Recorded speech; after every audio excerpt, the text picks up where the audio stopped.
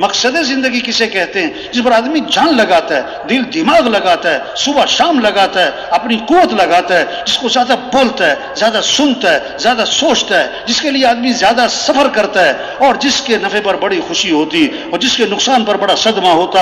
اور مقصد زندگی کیا ہے؟ جس کو آدمی زیادہ اللہ سے مانگتا ہے، جس کو زیادہ اللہ سے مانگتا ہے، وہ مقصد زندگی۔ تو مقصد زندگی کیا ہے؟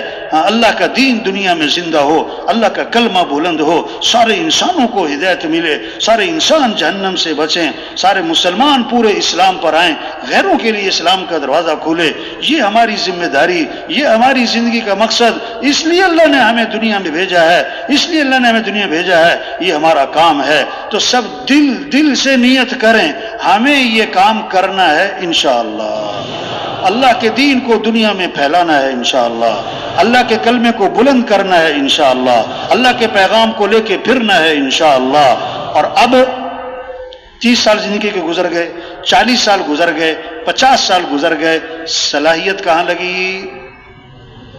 بولو بھائی، یہ جو گزشتہ زندگی گزری، ہم سب اپنا اپنا محاسبہ کریں، ہماری صلاحیت کہاں لگی، ہمارا دل دماغ کہاں لگا، ہماری صبح شام کہاں لگی، ہماری قوت کس پہ خرچ ہوئی؟ ہو مال کمانے پہ، ضرورتیں پوری کرنے پہ، ایک چھوٹی سی دکان پہ، چھوٹے سے دفتر پہ، چھوٹے سے کاروبار پہ، یہ ہوا ظلم، یہ ہوا ظلم۔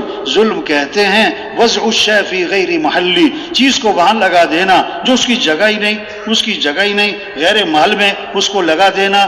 صلاحیت دی اللہ نے کس لیے؟ اللہ کے دین کو پھیلاتے، اللہ کے پیغام کو لے کے پھرتے، لوگوں کو اللہ کی طرف بلاتے۔ وہ صلاحیت لگ گئی کس پر؟ مال کمانے پر، ایک دکان سے 2 دکانیں بنانے پر، چھوٹی دکان سے بڑی دکان بنانے پر، ایک فیکٹری سے 2 فیکٹریاں لگانے پر، یہاں میں وزارتیں حاصل کرنے پر، عہدے حاصل کرنے پر، حکومتیں حاصل کرنے پر ہم نے وہ صلاحیت لگا دی۔ یہ ہم سے ظلم ہوا، اور ظالم کی دعا قبول نہیں ہوتی ہے۔ ظالم کی دعا جب امر بالمعروف چھوڑ دیں گے، نہیں منکر چھوڑ دیں گے، اب دعائیں مانگیں گے اور دعائیں قبول نہیں ہوں گی، سوال کریں گے پورا نہیں کیا جائے گا، مدد مانگیں گے مدد نہیں کی جائے گی، اپنے کام سے ہٹ گئے۔ تو بھائیو، آج تک ہم سے جو غفلت ہوئی اس دعوت کے کام میں، اپنی صلاحیتیں ہماری غلط جگہ لگی، اس پر اللہ سے معافی مانگیں۔ حاجی صاحب رحمۃ اللہ علیہ بہت اس بات کو فرماتے تھے، آج نماز نہ پڑھنے والا اپنے آپ کو قصوروار سمجھتا ہے، روزہ نہ رکھنے والا مانتا ہے کہ میری غلطی ہے، زکوٰۃ نہ دینے والا اس کو احساس ہے، حج نہ کرنے والا کہتا ہے ہاں میرے سے غلطی ہو رہی، لیکن ایک مسلمان نماز پڑھتا ہے، روزہ رکھتا ہے اور صدقے کرتا ہے، زکوٰۃ دیتا ہے، حج کرتا ہے، اعتکاف بیٹھتا ہے، عمرے کرتا ہے، بڑے بڑے خیر کے کام کرتا ہے، لیکن دین کی محنت نہیں کرتا۔ اللہ کا دین دنیا میں زندہ ہو، اسے کوئی فکر نہیں، سارے انسانوں کو ہدایت ملے، اسے کوئی فکر نہیں، مسجدیں آباد ہو جائیں، اسے کوئی اس کا احساس نہیں، اس کی کوئی کوشش نہیں، وہ اپنے آپ کو قصوروار بھی نہیں سمجھتا۔ تو سب سے بڑا جرم ہوا، ہم نے دین کی محنت کو چھوڑا، دین کی محنت کو چھوڑا۔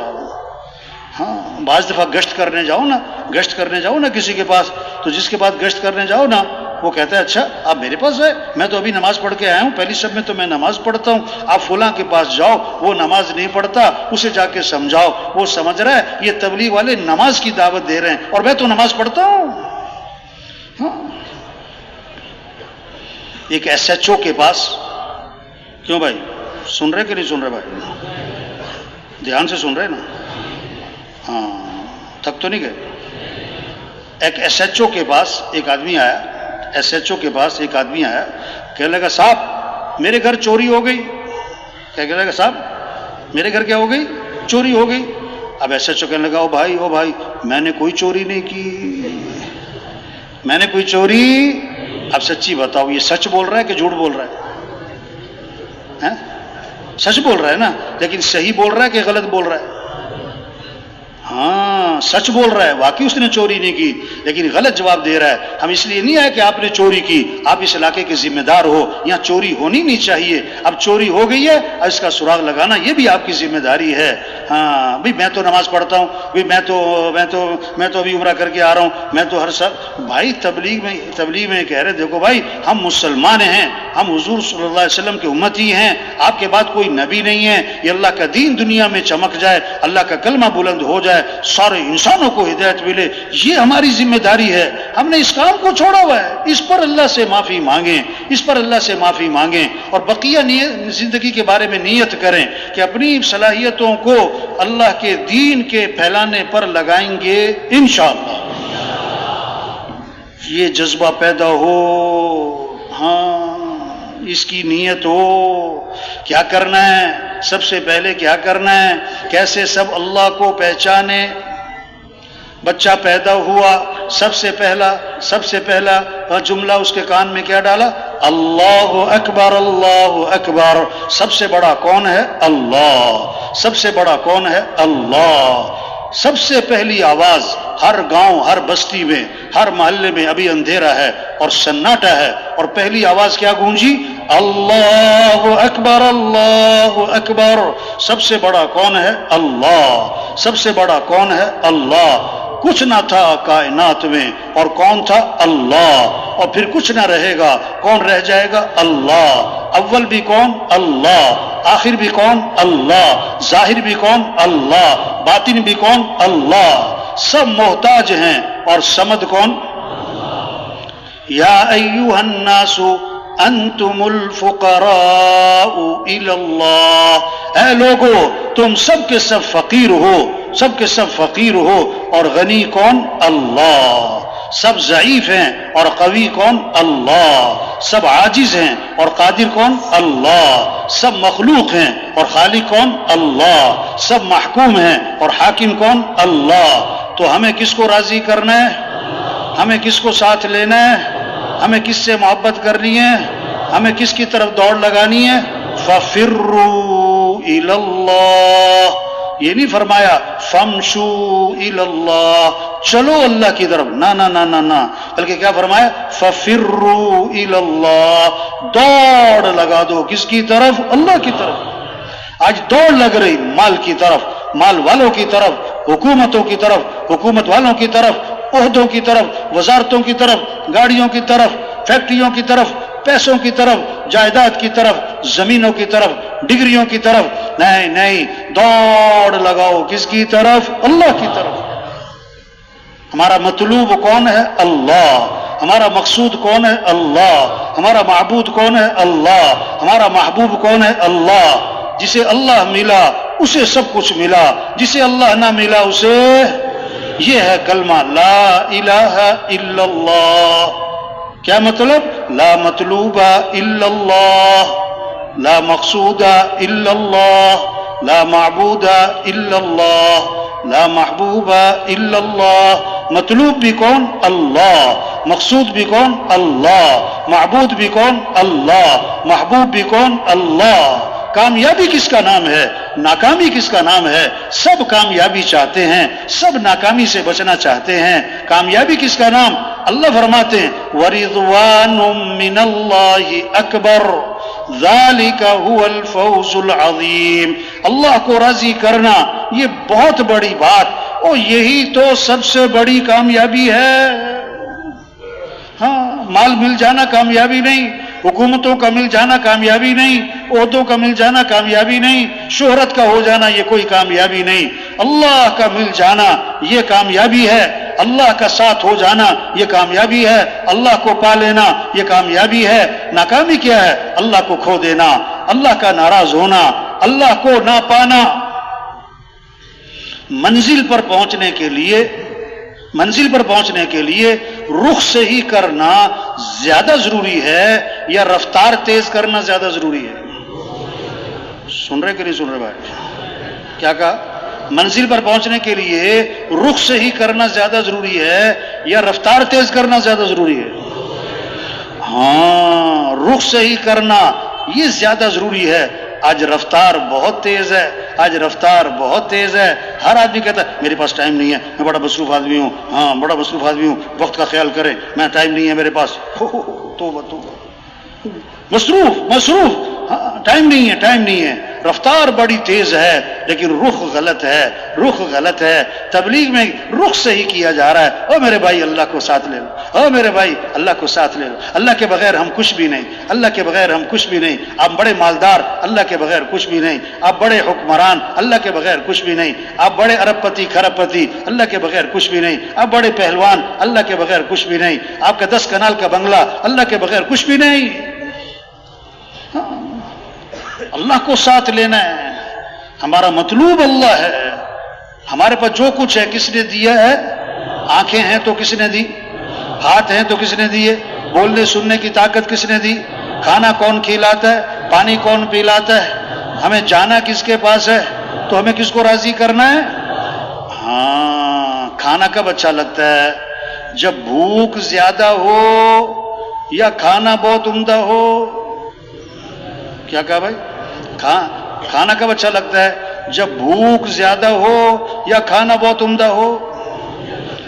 ہاں, کھانا بہت عمدہ ہے اور بھوک نہیں ہے, نخرے کرے گا. اور اگر کھانا بہت سادہ ہے اور بھوک بہت زیادہ ہے, ہر لقمے میں مزہ آئے گا. واہ جی واہ, کھانا عمدہ نہیں, بھوک ہے. ہم اتبا جا رہے تھے موریتانیہ نا, تو ہم نے وہ پراٹھے بنائے, آلو کے پراٹھے اور چٹنی پودینے کی چٹنی. ساتھیوں کو نہیں بتایا. ہاں, وہ اپنے بیگ میں کیا ہے دسترخوان میں لپیٹ کے رکھ لیے. اب جب پہنچے نا ہم ترکی, اب 18 گھنٹے ہو گئے تھے ان پراٹھوں کو بنے ہوئے. جب ہم نے دیکھا نا ساتھیوں کو لگ گئی یہ بھوک بڑی سخت قسم کی, میں نے کہا آ جاؤ بھائی. اب دسترخوان کھولا اور جناب پراٹھے نکالے, ٹھنڈے یخ اور چٹنی. اب سب کھا رہے ہیں اور ہر لقمہ کھاتے ہوئے کہتے ہیں مولوی صاحب بڑا مزے کے پراٹھے. اور پراٹھے مزے کے نہیں ہیں, بھوک بڑے مزے کی ہے. وہ بھوک سے مزہ آ گیا. ہاں تو بھائیو, جب اللہ کو پہچانیں گے پھر عمل کا شوق, پھر کس کا شوق ہوگا؟ ہاں, لا الہ الا اللہ محمد الرسول اللہ. اللہ تک پہنچنے کا راستہ حضرت محمد مصطفیٰ صلی اللہ علیہ وسلم کی اتباع ہے. ہاں, یہ ہے نمونہ. لقد کان لکم فی رسول اللہ اسوۃ حسنہ. نمونہ کون ہے؟ کہ حضرت محمد مصطفیٰ صلی اللہ علیہ وسلم ہے. ہر آدمی نقل مارتا ہے, آج کل نقل. تو ہمیں کس کی نقل مارنی ہے؟ حضرت محمد صلی اللہ علیہ وسلم کی نقل مارنی ہے. یہ ہے عزت والے. عزت چاہیے تو ان کی اتباع کرنی ہوگی. یہ ہے سب سے کامیاب ترین ہستی. کامیابی چاہیے تو آپ کا دامن پکڑنا ہوگا. ہاں, جیسے دودھ کے ساتھ سفیدی جڑی ہوئی ہے اور جیسے شہد کے ساتھ مٹھاس جڑی ہوئی ہے, دودھ سے سفیدی جدا نہیں ہو سکتی, شہد سے مٹھاس جدا نہیں ہو سکتی. اسی طرح حضرت محمد مصطفیٰ صلی اللہ علیہ وسلم کی اتباع کے ساتھ کامیابیاں جڑی ہوئی ہیں. آپ صلی اللہ علیہ وسلم کے طریقوں میں, آپ کی زندگی اور آپ کی سنتوں میں ہاں ساری خیریں, ساری برکتیں, ساری بھلائیاں چھپی ہوئی ہیں. جیسے پھول میں خوشبو چھپی ہوئی ہے, چھپی ہوئی ہے, اسی طرح آپ کے طریقوں میں خوشیاں چھپی ہوئی ہیں, برکتیں چھپی ہوئی ہیں. جیسے آم کی گٹھلی میں ہزاروں آم چھپے ہوئے ہیں, تربوز کے بیج میں ہزاروں تربوز چھپے ہوئے ہیں. آپ صلی اللہ علیہ وسلم والے اعمال میں ساری خیریں چھپی ہوئی ہیں, ساری برکتیں چھپی ہوئی ہیں, ساری بھلائیاں چھپی ہوئی ہیں. یہ آج کے نوجوان کہتے ہیں فلاں میرا آئیڈیل ہے, فلاں میرا ہیرو ہے, اس جیسی شکل بناتے ہیں, اس جیسے لباس پہنتے ہیں, اس کی نقل مارتے ہیں. نہیں, ہمارے آئیڈیل کون ہے؟ حضرت محمد صلی اللہ علیہ وسلم ہے. ہمارے ہیرو کون ہے؟ حضرت محمد صلی اللہ علیہ وسلم ہے. ہمیں حضور کی اتباع کرنی ہے. اللہ نے ہمیں سب سے اونچی شان والے نبی دیے, جن کی شان کو درخت بھی پہچانے, پہاڑ بھی پہچانے, جانور بھی پہچانے. حضرت علی رضی اللہ عنہ فرما رہے ہیں, میں مکہ مکرمہ میں حضور صلی اللہ علیہ وسلم کے ساتھ جا رہا تھا, شروع کا زمانہ ہے, آپ درخت کے پاس سے گزرے تو درخت سے آواز آئی السلام علیکہ یا رسول اللہ. آپ پہاڑ کے پاس سے گزرے تو پہاڑ سے آواز آئی السلام علیکہ یا رسول اللہ. ایک صحابی آئے حضور میرا اونٹ بھی دک گیا اور بے قابو ہو گیا اور رسی توڑوا لی ہے اور باغ پہ قبضہ ہے اور کاٹنے کو پڑتا ہے. آپ باغ میں تشریف لے گئے, اونٹ نے آپ کو دیکھا تو بھاگا آیا اور آپ کے سامنے سر جھکا دیا. آپ نے نکیل ڈالی اور وہ فرما بردار ہو گیا. صحابہ نے عرض کیا حضور یہ اونٹ آپ کو پہچانتا ہے؟ فرمایا صرف اونٹ نہیں, یہ ساری کائنات مجھے پہچانتی ہے کہ میں اللہ کا رسول ہوں اور میں خاتم الانبیاء ہوں, سوائے کافروں مشرکوں کے وہ نہیں مجھے پہچانتے. تبلیغ میں یہ محنت ہے, کیسے دل اللہ کی عظمت سے بھر جائیں, اللہ کی محبت سے بھر جائیں, حضور صلی اللہ علیہ وسلم کی اتباع کا جذبہ پیدا ہو. ہر ضرورت میں, ہر حاجت میں ہمیں رجوع کس کی طرف کرنا ہے؟ اللہ کی طرف. ساری کائنات کے نظام کو چلانے والا کون ہے؟ بولو بھائی. حالات بنانے والا کون ہے؟ خوشیاں دینے والا کون ہے؟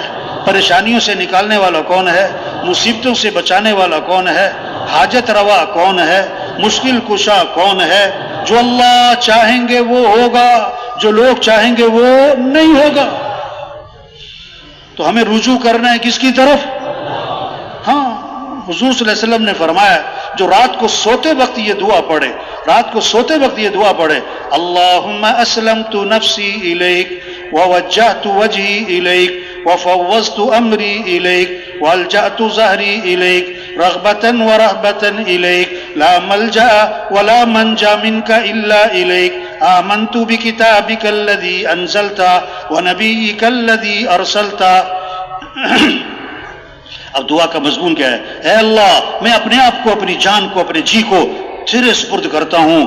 اسلمت نفسی الیک ووجہت وجہی, میں اپنا رخ ہر طرف سے ہٹا کر اپنا رخ تیری طرف پھیرتا ہوں. وفوضت امری الیک, اپنے امور, اپنے مسائل, اپنے مشاکل, اپنی پریشانیاں, اپنی ضرورتیں میں تجھے سونپتا ہوں.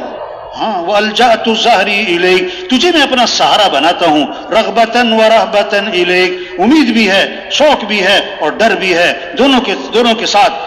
لا ملجأ ولا منجا منک الا الیک, تیرے سوا کوئی ٹھکانہ نہیں, تیرے سوا کوئی جائے پناہ نہیں. میں ایمان لایا اس کتاب پر جو تو نے نازل کی اور اس نبی پر جو تو نے بھیجا. حدیث میں آتا ہے جو رات کو سوتے وقت یہ دعا پڑھ لے گا, اگر اس رات اسے موت آ گئی تو فطرت اسلام پر موت آئے گی اسے, اور اگر صبح اٹھ گیا تو آنے والے دن اس کو خیریں ملیں گی, بھلائیاں ملیں گی. اس نے اپنے آپ کو کس کے سپرد کیا ہے؟ اللہ کے. کس کی طرف رجوع کیا ہے؟ آپ صلی اللہ علیہ وسلم غار میں جا کے چھپے, مشرکین مکہ تلاش کرتے ہوئے غار تک جا پہنچے. حضرت ابو بکر رضی اللہ عنہ ساتھ ہیں, اب ان کو نظر آ گئے, سامنے سے وہ چلتے ہوئے نظر آ رہے ہیں. حضرت ابو بکر رضی اللہ عنہ گھبرا گئے. آپ نے فرمایا لا تحزن ابو بکر,